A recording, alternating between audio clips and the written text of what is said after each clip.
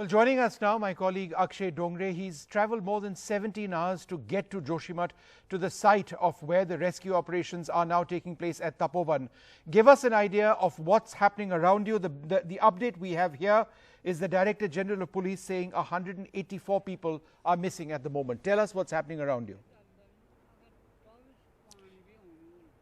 Well, as far as the ground feel is concerned, Vishnu, there is a lot of confusion. People are still absorbing what exactly happened today. But first of all, we'll show you the exact visuals of the devastation that this flood has caused. In fact, this is the NTPC hydropower project that was washed away yesterday. You can barely recognize it from the remnants of this entire project. As you can see, the entire sludge that is here is in fact telling us that what exactly was the scale of destruction.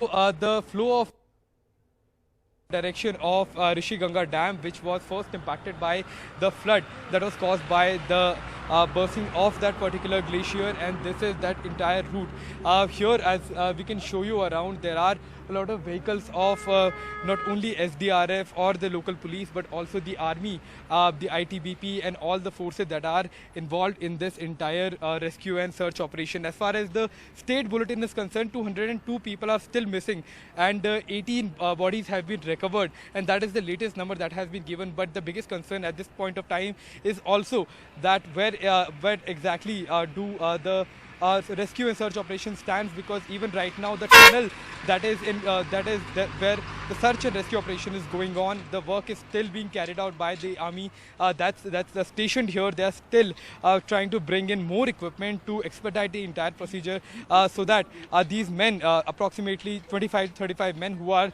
told to be stuck inside that particular tunnel, can be rescued as soon as possible, because when the sun sets, it will definitely be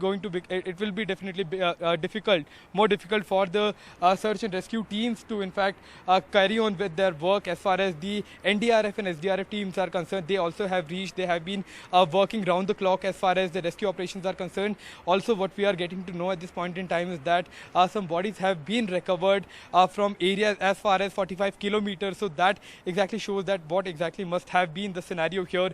But again, before I sum up explaining what exactly do I see here, I would like to again show our viewers that what is this situation here and the scale of devastation that has been caused by the flood that was yesterday. As far as the weather is concerned, it's sunny and it's in fact helping the search and rescue operations, but they have to expedite the procedure soon to rescue all the people who are stuck inside this particular tunnel that is here at Tapovan near the NTPC power project.